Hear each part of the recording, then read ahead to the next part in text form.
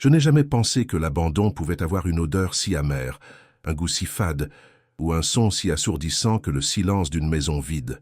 Mon cœur, autrefois un phare d'espoir pour ceux que j'appelais ma famille, ressemble désormais à une coque de navire à la dérive, rongée par les tempêtes de l'ingratitude.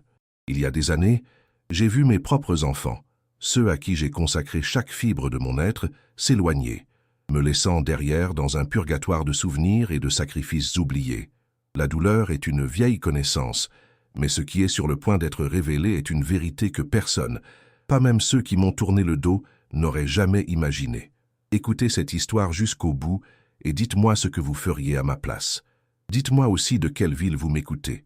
Le retournement qui approche ne concerne pas seulement ce que j'ai perdu, mais ce que j'ai toujours gardé secret.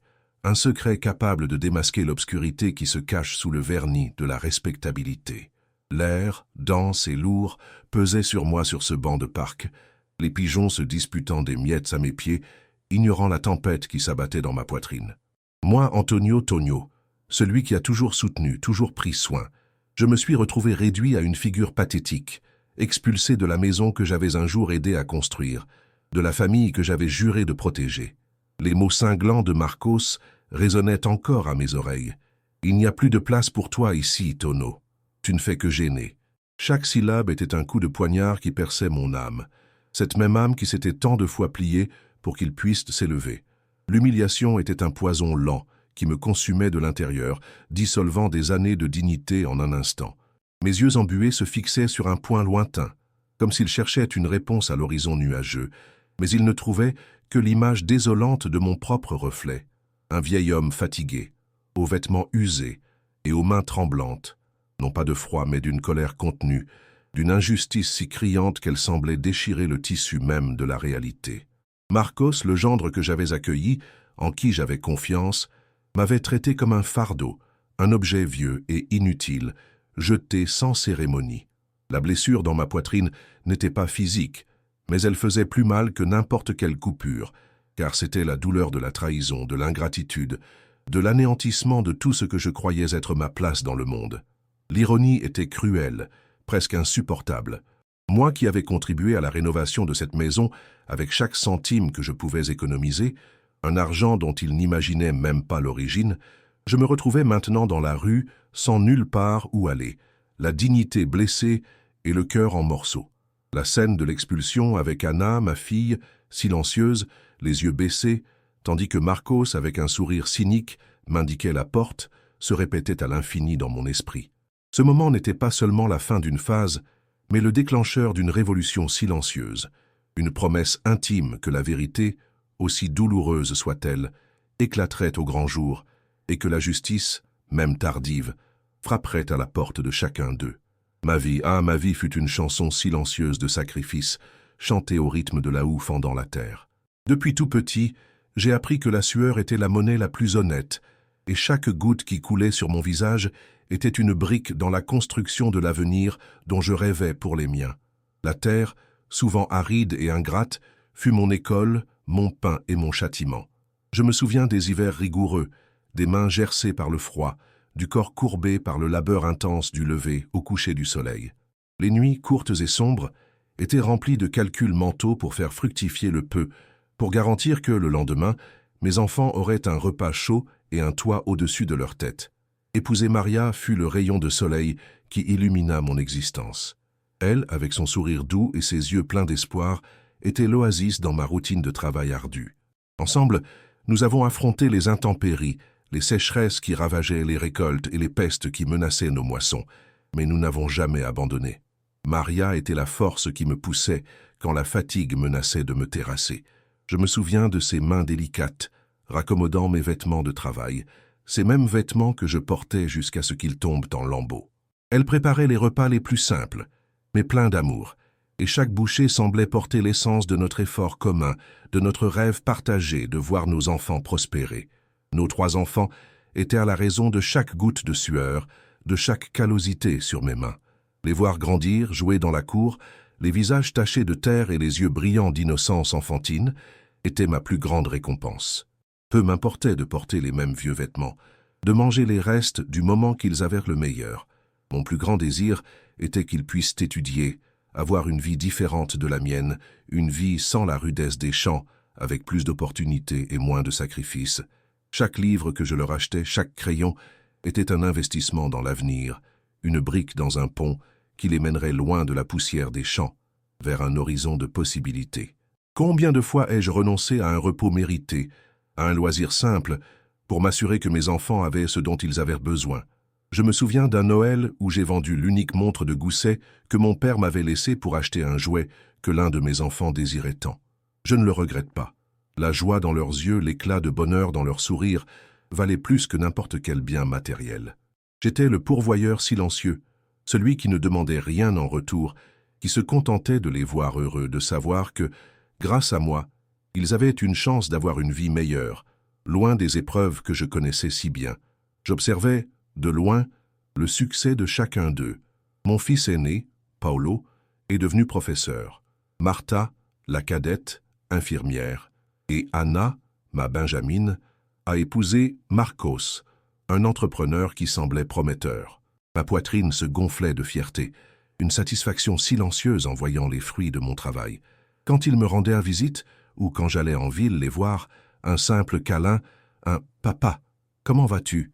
suffisait à dissiper toutes les douleurs et fatigues de la vie. Je croyais que, malgré leur vie propre, le lien qui nous unissait était fort, indestructible, forgé par des années d'amour, de sacrifice et de dévouement mutuel, une certitude qui me donnait la paix. J'étais le socle, la base invisible sur laquelle ils construisaient leur vie. Personne n'avait besoin de connaître mes efforts, mes dilemmes, mes nuits blanches. C'était mon rôle, ma mission. La dignité résidait dans le service, dans le fait de donner sans rien attendre en retour, dans le fait d'être le havre de paix où ils pourraient toujours revenir. Je me voyais comme la racine d'un arbre luxuriant, nourrissant et soutenant les branches, leur permettant de fleurir et de porter des fruits. Ma vieillesse, imaginais-je, serait une période de paix, entourée de l'affection des miens. Je croyais fermement en la bonté humaine, en la réciprocité de l'amour familial, une croyance qui, malheureusement, serait mise à l'épreuve de manière que je n'aurais jamais pu prévoir. Les rides sur mon visage et les mains calleuses étaient une carte de mon parcours, de chaque bataille gagnée, de chaque graine plantée. Le temps qui passait ne m'importait pas, car chaque année supplémentaire était la preuve que j'avais accompli ma mission. Mon corps, bien que fatigué, était un témoignage vivant d'une vie dédiée à la famille. Les rares possessions que j'avais étaient conservées avec soin, non pour leur valeur matérielle, mais pour les souvenirs qu'elles portaient. Une vieille photo de Maria, un chapeau de paille usé, un vieil outil de travail. C'étaient des symboles d'une vie simple, mais pleine de sens, un héritage d'intégrité et de travail acharné. Ma maison, humble mais chaleureuse, était le sanctuaire de mes souvenirs, un lieu où chaque mur, chaque meuble racontait une histoire de rire, d'étreinte, de moments simples et heureux. Les casseroles sur le poêle à bois, toujours prêtes pour un repas, les chaises sur la véranda, attendant des visites qui se faisaient de plus en plus rares. Moi là, gardien des souvenirs, vestige d'un temps où les liens familiaux étaient indestructibles, où la parole valait de l'or et l'amour était la base de tout. La solitude commençait à rôder, subtilement, comme une ombre qui s'allonge à la fin de l'après-midi, mais je la repoussais avec la certitude que mon héritage, mon essence, resterait vivant dans ceux à qui j'avais tout donné. Et puis, Maria est partie. Ce jour-là, le monde a perdu ses couleurs, et mon cœur s'est brisé en 1000 morceaux. La force motrice de ma vie, l'amour qui me propulsait, est parti pour un autre plan. La solitude qui rôdait auparavant s'est installée dans chaque pièce de la maison, dans chaque silence. Je suis resté seul, avec son souvenir qui me maintenait debout, mais qui me rappelait aussi l'immense vide qu'elle avait laissé.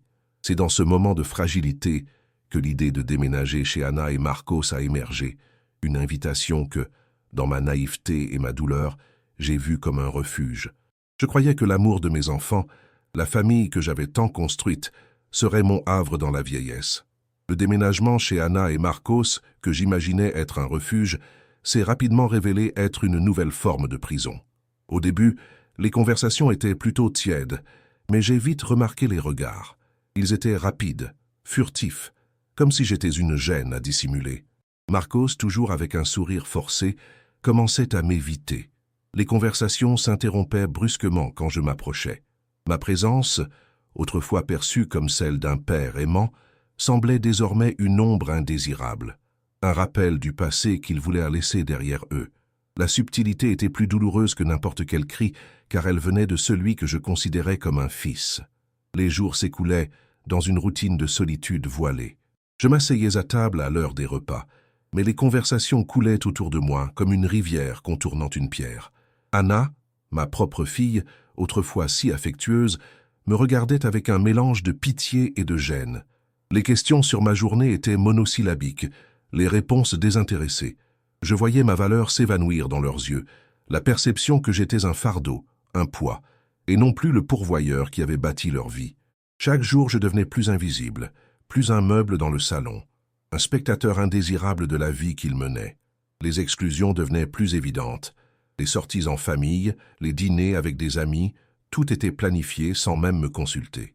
J'entendais les murmures, les rires venant du salon pendant que je me retirais dans ma petite chambre, le seul espace où je ressentais encore un peu d'intimité. Ma présence était ignorée, mon silence autrefois respecté n'était plus qu'un signe que je n'avais pas d'importance.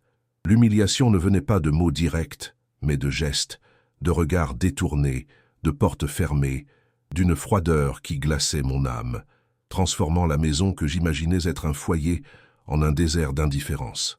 Marcos, avec son air de supériorité, prenait soin de souligner subtilement à quel point je dérangeais la dynamique de la maison. Des commentaires sur mon sommeil léger, sur la lenteur de mes pas, sur l'espace que j'occupais. Tout était prétexte pour me rappeler que j'étais un hôte indésirable, un intrus. J'observais Anna, ma fille, silencieuse, les yeux baissés, incapable de me défendre, de prendre position. La douleur de voir ma propre chair et mon sang se plier à la volonté d'un homme sans scrupules était plus déchirante que l'humiliation elle-même. Je me sentais écrasé, impuissant, un poids mort pour ceux à qui j'avais donné la vie. L'expulsion, quand elle est arrivée, n'était pas une surprise mais un coup final. Marcos, avec un sourire cynique, a prétendu qu'il n'y avait plus de place pour moi, que je dérangeais et qu'ils avaient besoin de plus d'intimité. Anna était là, silencieuse, les yeux pleins de larmes, mais sans un seul mot de soutien, de défense. Ce moment, avec mes quelques affaires dans une valise usée, fut l'apogée de ma douleur. Je n'étais pas seulement un père expulsé, mais un homme jeté, rejeté comme un objet inutile, sans valeur, sans but. Ce jour-là, la bonté que j'estimais tant chez Marcos s'est effondrée, révélant un visage cruel et ambitieux. Pendant des années, j'ai vécu sous l'ombre d'un secret, un fardeau que j'ai porté seul, sans que personne, pas même Maria, ne le sache. Ce n'était pas une fortune en argent ou en or, mais quelque chose de bien plus précieux et dangereux pour Marcos. Tout a commencé par un hasard, une négligence de sa part. Marcos, toujours si méthodique et prudent dans ses affaires, a laissé un dossier de documents chez moi. Moi, dans mon innocence et ma curiosité de voir ce que faisait mon gendre, je l'ai ouvert. Là, un journal détaillé et d'une pile de papier révélait ses activités illicites, un schéma de détournement de fonds publics et de blanchiment d'argent, utilisant une entreprise fictive. À ce moment-là, mon monde s'est écroulé. Moi, un homme de principe, qui avait toujours cultivé la terre avec honnêteté, je me suis retrouvé face à la face la plus sombre de l'ambition et de la corruption. Le journal, avec son écriture nerveuse, racontait chaque étape de Marcos, chaque transaction frauduleuse, chaque pot de vin. Les documents probants, fausses factures, relevés bancaires avec des mouvements suspects, contrats avec des entreprises fantômes, étaient la preuve irréfutable de sa pourriture morale. Ma première réaction fut le choc, puis la répulsion. Comment un homme si jeune, marié à ma fille, pouvait-il être impliqué dans quelque chose d'aussi sale et illégal? L'envie de l'exposer m'a consumé un instant, mais quelque chose m'a retenu. J'ai gardé le secret, pas par lâcheté, mais par un espoir naïf que Marcos changerait, qu'un jour il regretterait. Je craignais que la révélation de ces crimes ne détruise la vie d'Anna et de mes petits-enfants, qu'elle n'entraîne toute la famille dans un scandale. Je croyais, au fond de moi, que la bonté ou la honte le pousserait à prendre un autre chemin. Pendant des décennies, j'ai gardé le journal et les documents cachés, rangés dans un vieux coffre au fond de mon armoire, une boîte de Pandore que j'espérais ne jamais avoir à ouvrir. Ils étaient mon atout, un pouvoir silencieux, un atout que je n'avais jamais voulu utiliser contre ma propre famille, mais qui, après l'expulsion, est devenu ma seule arme. La douleur de l'expulsion, au lieu de m'abattre, a allumé en moi une flamme froide et calculatrice. Les larmes ont cédé la place à une détermination de fer. Je ne chercherai pas la vengeance dans la chaleur de l'émotion, mais une justice qui ferait payer Marcos pour ses crimes, et pas seulement pour l'humiliation qu'il m'avait infligée. J'ai pris le vieux coffre, celui qui avait gardé pendant des années le journal et les documents de Marcos. Chaque page, chaque papier, était une munition pour la bataille que j'étais sur le point de mener. Ce jour-là, le tonneau naïf et bon est mort, laissant place à un homme à l'esprit affûté, animé par un dessein inébranlable d'exposer la vérité, non seulement pour moi mais pour tous ceux qui l'avaient lésé par son ambition effrénée. Ma première action fut de chercher un vieil ami, Mario, devenu un avocat renommé. Je lui ai raconté toute l'histoire, sans omettre de détails, et je lui ai remis le journal et les documents. Mario, visiblement choqué, a promis d'agir avec la plus grande discrétion et efficacité. Ensemble, nous avons entamé un processus silencieux et méticuleux, rassemblant des preuves, traçant la toile de corruption de Marcos. Je ne voulais ni éclat ni publicité. Je voulais que la justice soit rendue dans l'ombre, que la vérité émerge par ses propres mérites, démasquant Marcos de l'intérieur, sans qu'il sache la source de son désastre imminent. Alors que la machine de la justice commençait à se mettre en branle, je me suis retiré dans un endroit simple, loin des regards curieux et des projecteurs. J'ai vendu quelques petites propriétés que j'avais héritées, et l'argent que je gardais auparavant pour une urgence familiale servirait désormais de base à ma nouvelle vie et à l'affrontement qui s'annonçait. La solitude, autrefois une compagne indésirable, est devenue mon allié, un espace de réflexion pour affûter ma stratégie.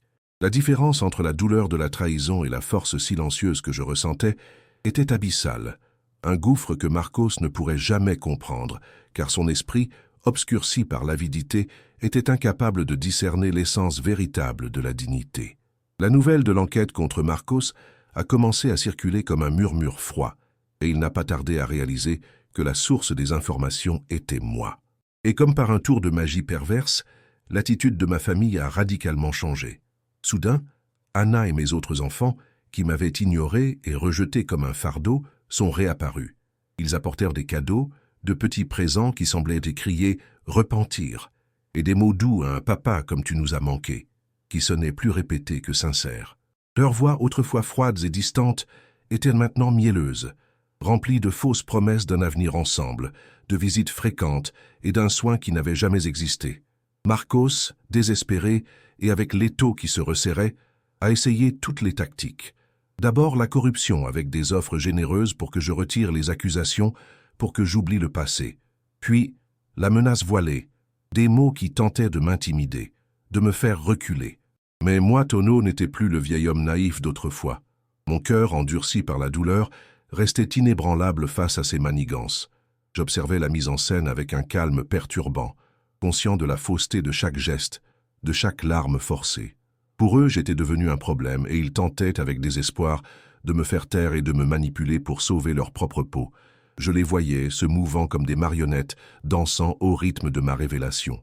Cet amour redécouvert était aussi transparent qu'un verre d'eau, un vernis fin qui masquait à peine la pourriture de l'avidité et de la peur. Je gardais le contrôle, mon expression impassible, tandis qu'ils tentaient de me convaincre de leur sincérité.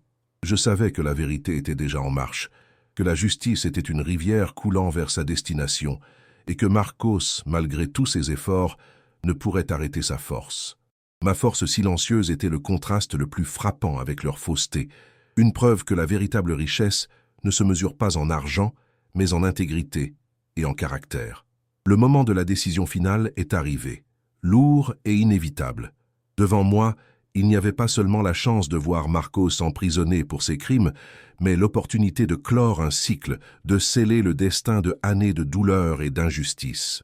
J'aurais pu céder à l'amertume, à la vengeance, savourer la chute de Marcos et de tous ceux qui m'avaient tourné le dos. Mais ma vie, mes valeurs, n'ont jamais été guidées par la haine.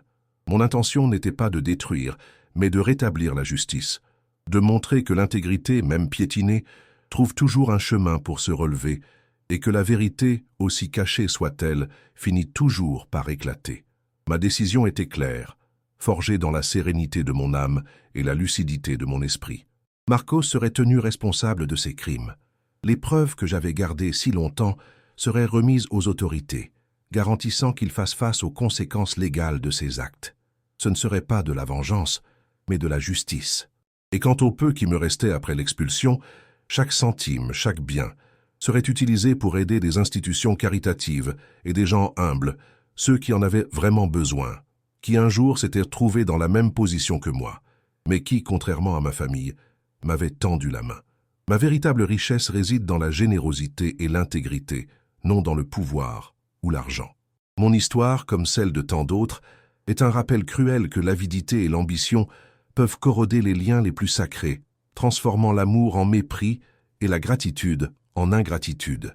J'ai appris que le vrai visage des gens se révèle dans les moments les plus sombres et que la dignité, même lorsqu'elle est blessée, est un trésor que personne ne peut voler. Moi, Tonneau, le pourvoyeur silencieux, j'ai trouvé la force de me relever et de chercher la justice, non pour me venger, mais pour honorer mes principes, pour montrer que la vérité prévaut toujours et que la bonté, même tardive, trouve son chemin. Et vous? Auriez-vous pardonné ou les auriez-vous laissés ressentir dans leur chair ce que c'est que d'être méprisé?